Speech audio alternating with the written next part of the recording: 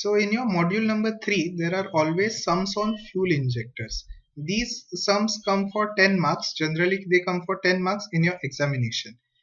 You can check all the exam papers for the last 10 years. You will always find a sum on fuel injector in each and every question paper. So this is an important topic for you to take into account. So first of all, before seeing what are the fuel injector sums and solving them, you have to first take a look at the basic working of a fuel injector. Once you understand some definitions and some concepts of the fuel injector, then we can move on to solving the fuel injector sums. So first of all, we have to understand what is the basic function and working of a fuel injector. See, for example, this is a fuel injector.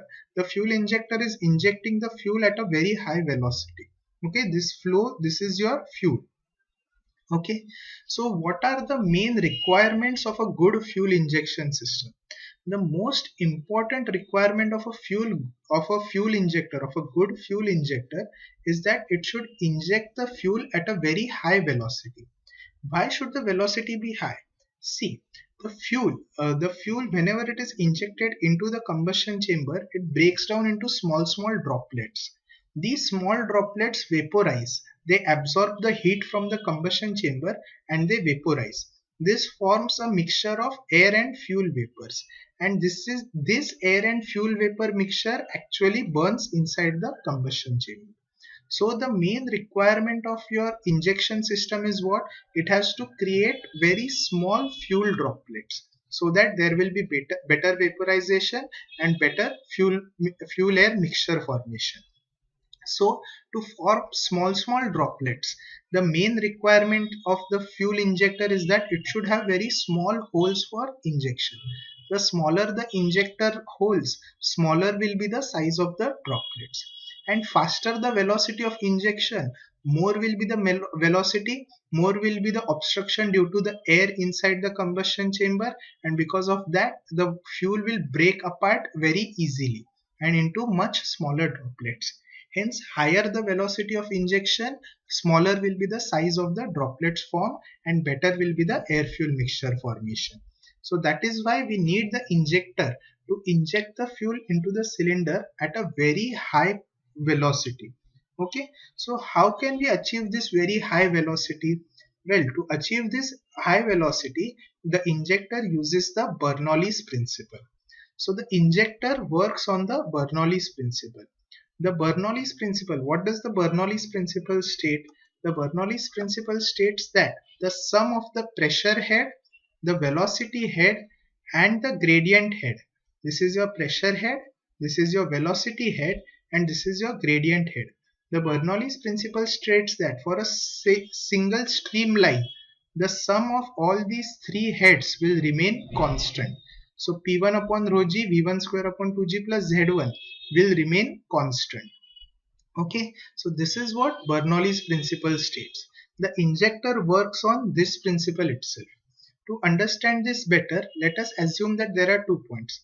There is point 1 which is inside the fuel injector and there is a point 2 which is just outside the fuel injector, which is inside the combustion chamber. Okay, there is a combustion chamber here. See, I am showing it with this hand, and this is the fuel injector which is injecting this fuel into the combustion chamber. This is your point 1 and this is your point 2.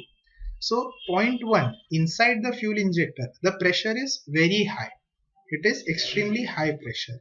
And what is the velocity? The velocity is almost negligible. There is no velocity of fuel inside the fuel injector. The fuel velocity is very low, very low as compared to this. Okay.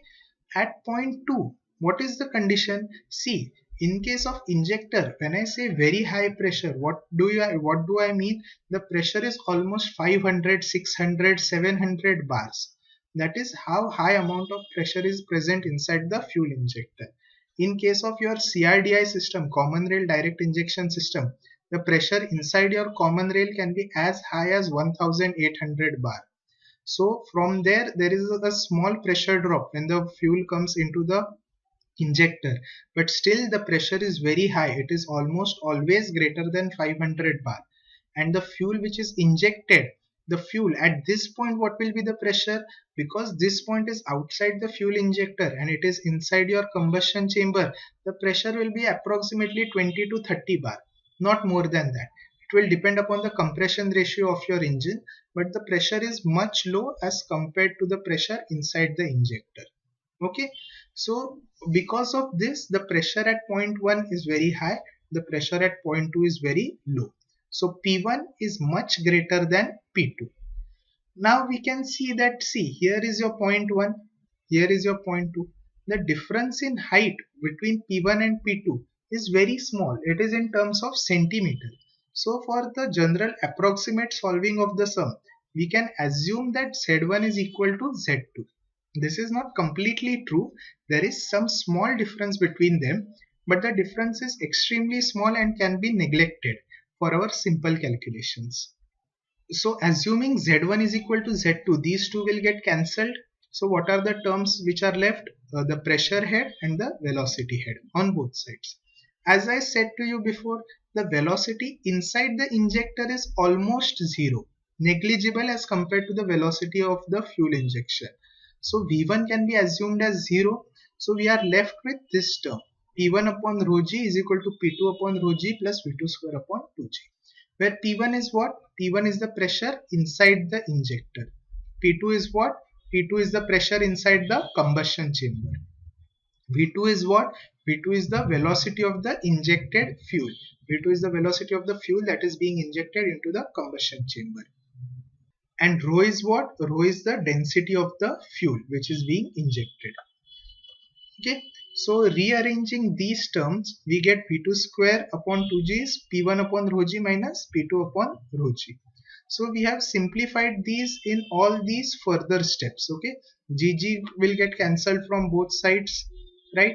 And in the end, you are left with V2 is equal to square root of 2 delta P upon rho, where delta P is what? Delta P is the difference in pressures, P1 minus P2. Delta P is the difference in pressure between the injector and the combustion chamber, and rho is your density of the fuel.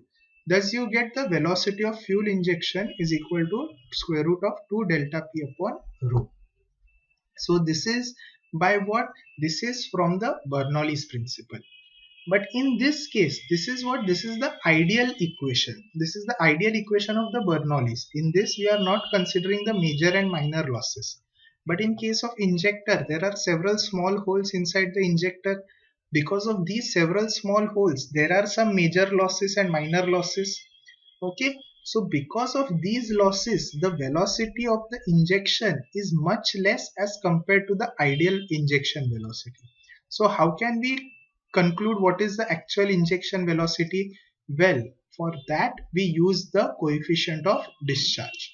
The coefficient of discharge is represented by C under script D. The coefficient of discharge value is always less than 1.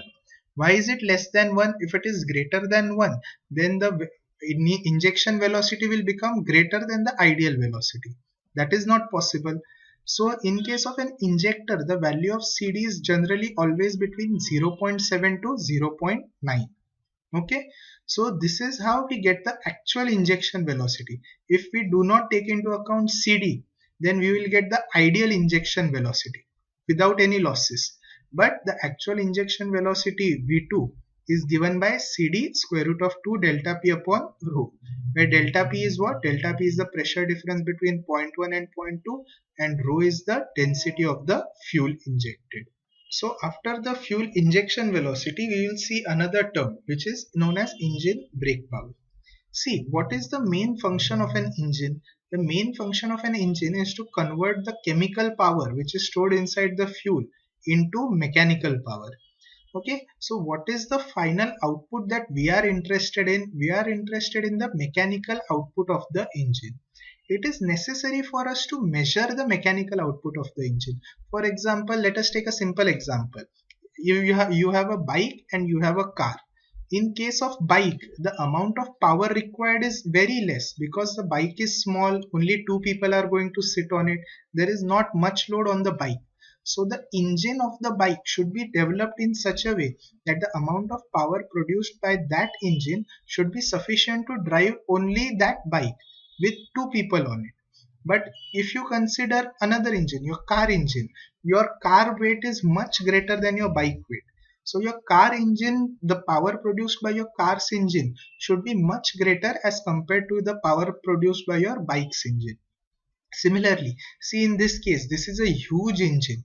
This isn't even for a truck. This might be for some construction equipment or mining equipment. Okay, so the amount of power produced by this engine is much greater than our standard car engine. So how can we measure how much power is produced by the engine? It is extremely necessary for us to measure the amount of power produced by the engine. Otherwise, we cannot gauge as to whether or not this engine can be used in a certain situation. Okay, so to do that, to measure that power, we use this setup. Okay, this setup is used to measure the final engine output power.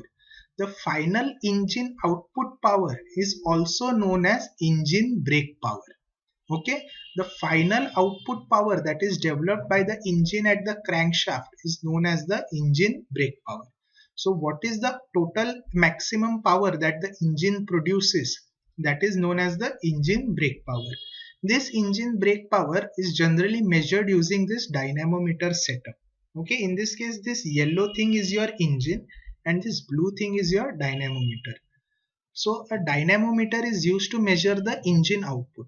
How does this work? See, the brake power, the formula of brake power is what? The formula for any power of any rotational body is what? Torque into angular velocity, right? So the dynamometer is used to do what? It is used to load the engine. See, if you have this normal engine, if there is no dynamometer, the crankshaft will keep on rotating. There will be no load on this crankshaft. Now imagine by some method you are able to hold this crankshaft with your hands. Okay, just imagine that you are holding this crankshaft with your hands. So what will happen? The amount of power, some amount of power will be absorbed by your hands, the friction between your hands and this crankshaft. So the velocity of the crankshaft will reduce and there will be some amount of power which will be transmitted to your body. Let us say that I put on this a wheel, a big wheel. Okay, on this crankshaft I put a very big wheel. What will happen? The big wheel will start rotating at a certain velocity. What will happen if I put an even bigger wheel on this engine? The bigger wheel will start rotate at a speed less than that smaller wheel. By applying these forces, by using your hands, by putting a small wheel, by using a big wheel, what are you doing? You are applying a load on the engine, right? In normal our everyday case, how do we apply the load on the engine? For example, see, if the car is moving on a straight road and there is only one person, only the driver sitting inside the car, the load on the engine is less. But now imagine that the car is moving up a mountain and there are six people sitting in the car. So the amount of power that must be produced by the engine increases. In technical terms, we say that the load on the engine increases. So the load on the engine is basically the amount of power which must be produced by the engine to overcome the load applied on it. Okay, so brake in simple terms, brake power is the final output which is developed by the engine crankshaft. Okay, dynamometer is used to provide this load on the engine. To measure the engine output, we use a dynamometer. Dynamometer is used to measure the engine torque, and by using a tachometer we can measure the engine's angular velocity. And multiplying torque and omega, which is the angular velocity, we get the brake power of the engine. So the engine brake power is given by what? Torque into angular velocity, T into 2 pi n upon 60. So based on this engine brake power, we have another term known as brake specific fuel consumption. What is meant by brake specific fuel consumption? See, this is a simple concept to understand. Now see, in everyday terms, whenever I ask you what is the amount of output that your engine is giving, or what is the amount of output your car is giving, one of the most common terms that we use is kilometer per liter. We say that my car gives me 15 kilometers per liter, 12 kilometers per liter. But this is not an accurate way of measuring your engine output. Why? Because let us say that in you are living in a city. In the city, the roads are not that good and there is much more traffic. In that conditions, the kilometer per liter is less. But imagine you go onto highway or some other place where the road condition is also good and the amount of traffic is also low. In that case, the kilometer per liter will increase. So your engine is the same, your car is the same, your loading condition is the same, but you are getting two different readings kmpl for your city conditions and for your highway conditions. So kmpl cannot be an accurate measurement system for the amount of power produced by your engine in terms of the fuel consumed. So in technical terms, whenever we have to find out the amount of power produced as compared to the amount of fuel burnt, we use this thing, brake specific fuel consumption. So what is basically brake specific fuel consumption? Brake specific fuel consumption is defined as the fuel consumed for producing 1 kilowatt of brake power.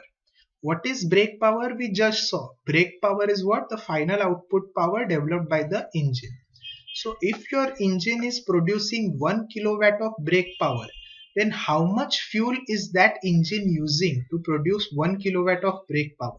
That is your brake specific fuel consumption. So brake specific fuel consumption is calculated by measuring the fuel consumption for producing 1 kilowatt of brake power. The unit of brake specific fuel consumption over here, see, you can see over here, BSFC is defined as what? Amount of fuel consumed divided by the engine brake power. So if your denominator is 1 kilowatt, then you will get the amount of fuel consumed for producing 1 kilowatt of engine brake power. So the fuel consumed is measured in kg per hour and the brake power is measured in kilowatt. So the unit of BSFC is what? Unit of BSFC is kg per kilowatt hour. Okay, so BSFC is a simple term. BSFC is a measurement of the amount of fuel required to produce 1 kilowatt of power by the engine.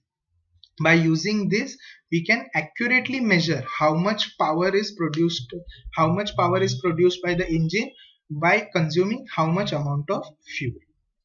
Okay, so these are the three main things that we understood today.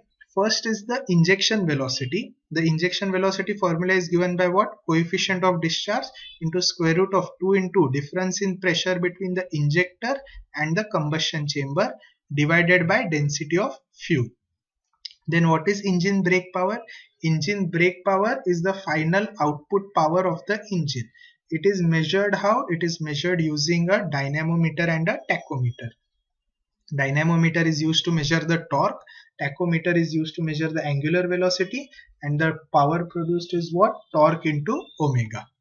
Then what is brake specific fuel consumption? Brake specific fuel consumption is defined as the amount of fuel consumed to produce 1 kilowatt of power. Okay, now these definitions are known to you. These further things are known to you from your FM. See, Q is equal to AV. Q is what? Q is your quantity of fuel flowing. For example, let us say you have some sort of a tap. The area of that tap's nose is say 10 mm square. So that will be your area. The velocity of water flowing through that tap will be your velocity. So the quantity of water flowing through that tap, how can we measure that? How much water is flowing through it in 1 second? Area is in what? Meter square. Velocity is in what? Meter per second. So we get amount of water flow in meter cube per second. So by measuring the area of the tap and velocity of the water flow, we can measure how much amount of water is flowing in 1 second, how much volume of water is flowing in 1 second. The same thing we can do for fuel injectors. We can measure the whole area of the fuel injector, that will be your A. We can measure the velocity of the fuel injection by this formula, and by multiplying A into V, we can get the quantity of fuel injected. Q is equal to A into V. A will be in what? A will be in meter square. Velocity of fuel injection will be in what? Meter per second. So the quantity of fuel injected will be what? Meter cube per second. Now this will be if you have a single hole injector, then you have to measure the area of only one hole. But if you have a multi-hole nozzle, that is, you have an injector with several holes, then what can you do? It is simple. You have to measure the area of one hole and multiply it by the number of holes on the injector. So you get the total injection area. If you have a single hole, then the area of that single hole will be your total area. But if you have multiple holes, you will have to measure the area of all the holes. Okay, so this is how you get the area. Velocity is gotten from this formula, and by using this you can measure the quantity of fuel injected. But in case of fuel injection, see, this is what, see, imagine that you have a tap, again that tap, but you are imagine you have this tap and you are told that you have to find out the amount of water that is collected in a tank. There is a tap and there is a tank underneath that tap.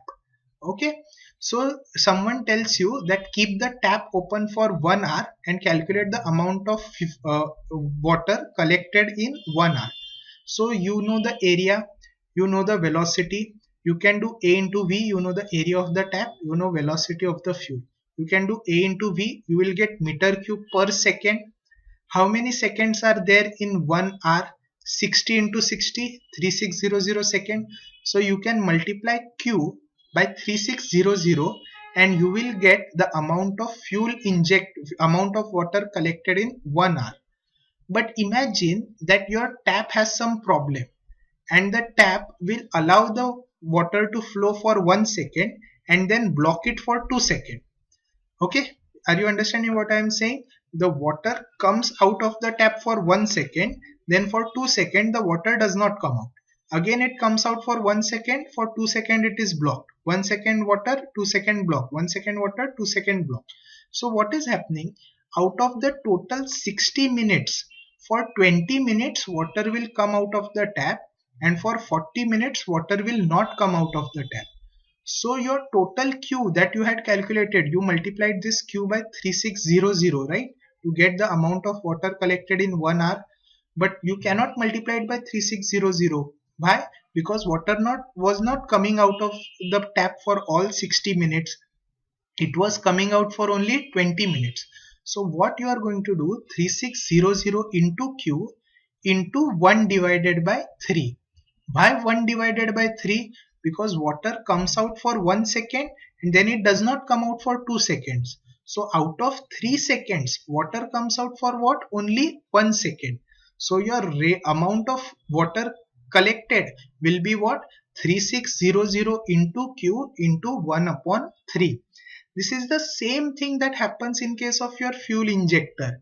In case of fuel injector, see, from 0 to 720 degree, your total cycle runs from 0 to 720 degree, but out of this entire 720 degree, the fuel is injected for only a very short amount of time.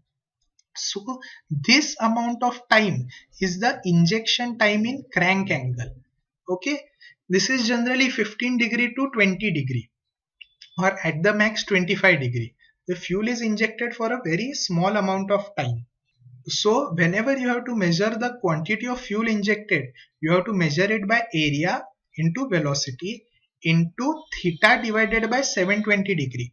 Why? Because out of this complete 720 degree, fuel was injected for only theta amount of time. This 720 will be for what? This will be for 4-stroke engine, because in 4-stroke engine the complete cycle is completed in 720 degree. In case of 2-stroke engine, the formula will be Q is equal to A into V into theta upon 360. Why 360? Because in case of 2-stroke engine, the entire cycle is completed in 360 degree. So this is the amount of fuel injected in 1 second. How 1 second? A will be meter square. Velocity will be what? Meter per second. Meter square into meter is meter cube per second, and you are multiplying it by theta upon 720. That means that the fuel is not injected continuously. The fuel injection is taking place only for certain amount of time in the entire second. Okay, so this is the amount of fuel injected in 1 second. This is the formula for amount of fuel injected in 1 second for 4-stroke engine. If here it is 360, then it becomes 2-stroke engine.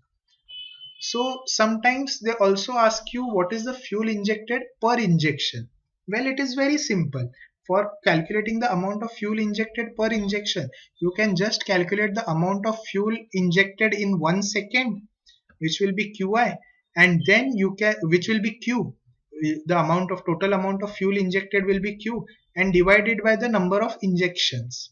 Okay, you have the amount of fuel injected in 1 second and divided by the total number of injections in 1 second, and you will get Qi. Okay, it is the amount of fuel injected in one injection. Similarly, the number of injections in case of 4-stroke will be what? RPM into 0.5 upon 60. In case of 2-stroke, it will be RPM divided by 60. Okay. So these are the important equations that you have to remember. First is the injection velocity formula.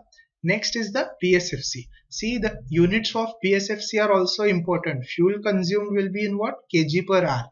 And engine brake power will be what? Kilowatt. Okay. This is the amount of fuel injected in 1 second.